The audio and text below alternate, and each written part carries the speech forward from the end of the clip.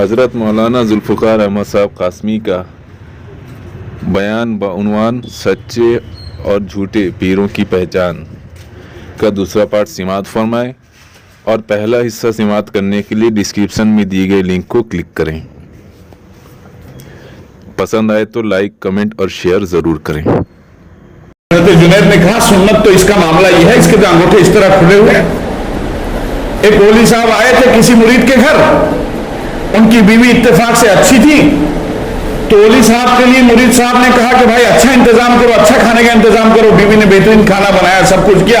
اولی صاحب کو ٹکیا کوفتہ بڑا پسند تھا، ان کی بیوی نے کھانے کے نیچے چھپا کر دے دیا۔ تو اولی صاحب نے اپنے مرید سے کہا کہ کیا تمہیں پتہ نہیں کہ مجھے جو ہے کوفتہ ٹکیا زیادہ پسند ہے، تم سارا آئٹم ویرائٹی کیے ہو، ٹکیا نہیں بنائے ہو۔ تو یہ مرید صاحب کو بڑی تکلیف ہوئی کہ میں نے پہلے ہی کہا تھا کہ میرے پیر صاحب کو جو ہے کوفتہ پسند ہے، اس لیے کوفتہ بنانا، پھر بھی میری بیوی نے میری بات نہ مانی، کوفتہ نہیں بنایا۔ جا کر اندر جو ہے بہت زور شور ڈانٹنے لگا، کہا کہ تجھے پتہ نہیں، تو نے مولوی صاحب کے سامنے، پیر صاحب کے سامنے میری توہین کر دی، انہیں تکلیف دے دی۔ اور اللہ کے نبی فرماتے ہیں من عاد لی ولیا فقد اذنتہ بالحرب، جو ولی کو تکلیف پہنچائے اس سے اللہ اعلان جنگ کرتا ہے۔ ہائے ہائے تو کتنی بدنصیب ہے کہ تو میرے ولی کو تکلیف پہنچا دی۔ ہائے وہ عورت بھی بڑی نیک عورت تھی، اس نے کہا کہ تیرے ولی تو یہاں پر بیٹھ کے مدینے میں نماز پڑھتے ہیں اور کھانے کے نیچے ٹکیا رکھا ہوا ہے وہ نہیں دیکھ پاتے ہیں۔ تیرے ولی یہاں بیٹھ کے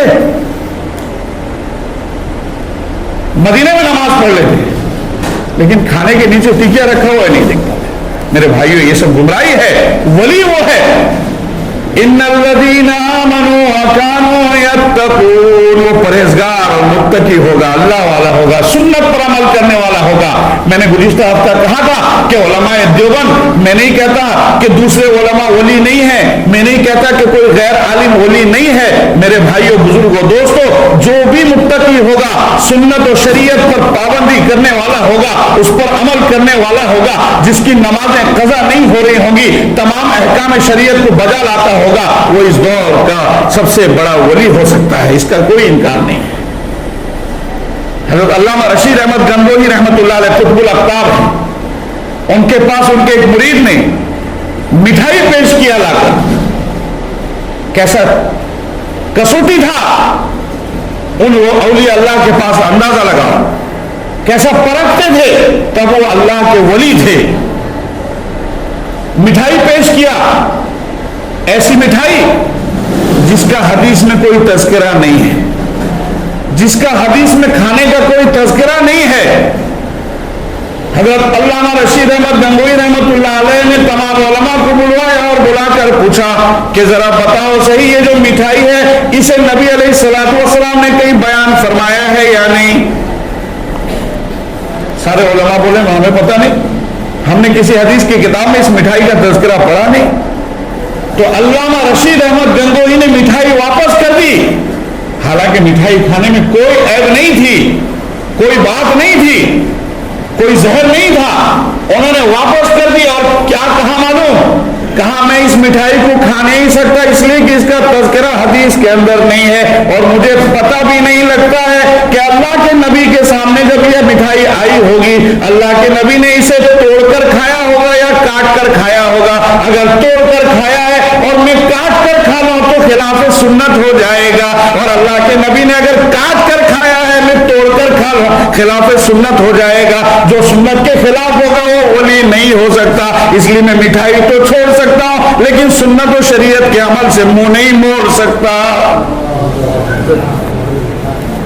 یہ ہمارے اولیاء کرام ہیں، یہ ہمارے ولی ہیں۔ میرے بھائیوں، بزرگوں، دوستوں،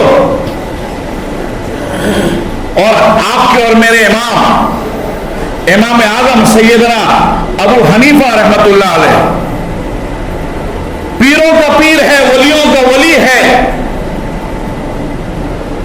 ان کے سامنے ایک نوجوان آیا اور اس نے آ کر کہا کہ امام صاحب میری بکری کل رات چوری ہو گئی ہے۔ کیا کہا؟